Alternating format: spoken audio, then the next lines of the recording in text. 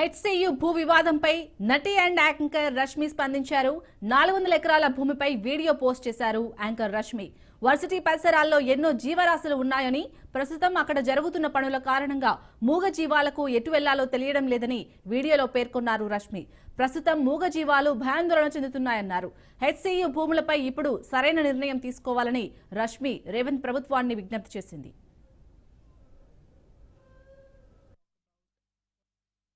Hello everybody, అందరికీ నమస్కారం. So ఈ వీడియో బయట పోస్ట్ అయిన తర్వాత I may get a lot of backlash. కానీ ఈ వీడియో వచ్చి ఎలాంటి పొలిటికల్ థాట్ ప్రాసెస్ కానీ, మన ఏపీ తెలంగాణలో కానీ, మన కంట్రీలో జరుగుతున్న డెవలప్మెంట్కి విరుద్ధంగా కానీ నేను పోస్ట్ చేయట్లేదు. హెచ్సియూలో జరుగుతున్న పోరాటం గురించి అందరికీ తెలుసు.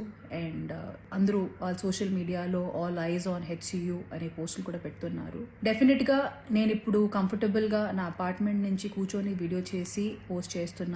కానీ నాకు కూడా తెలుసు ఈ అపార్ట్మెంట్ కట్టేటప్పుడు ఎన్ని ట్రీస్ కానీ, ఎన్ని యానిమల్స్ని కానీ చంపడం జరుగుంటుంది, లేకపోతే ఎన్ని ట్రీస్ కట్ చేయడం జరుగుంటుంది. So it is very easy for me to sit and make this video and talk about what is right and what is wrong. But as a layman ఇప్పుడు జరుగుతున్న ఇష్యూ ఎందుకు జరుగుతుంది, లీగల్గా దాని aspect ఏముంది, నాకు అంతగా దాని మీద అవగాహన లేదు. కాబట్టి యాజ్ అ కామన్ మ్యాన్ నిన్న రాత్రి జరిగిన డెవలప్మెంట్ వీడియో చూసిన తర్వాత, after listening to all the cries of those birds, and ఆ బర్డ్స్ అండ్ పీకాక్సే కాకుండా they are many more deers and other species which I have been habitating there. Maybe this is our chance to redeem ourselves. Peak summers are coming in and ఇలాంటి ఒక సందర్భంలో ఆ పక్షుల్ని, ఆ పశువుల్ని వాళ్ళ ఇంటి నుంచి బయట తరిమేయడం అనేది ఎంతవరకు కరెక్ట్ నాకు తెలియదు సార్. కానీ you are our only power and you are our only option to rehabilitate those animals.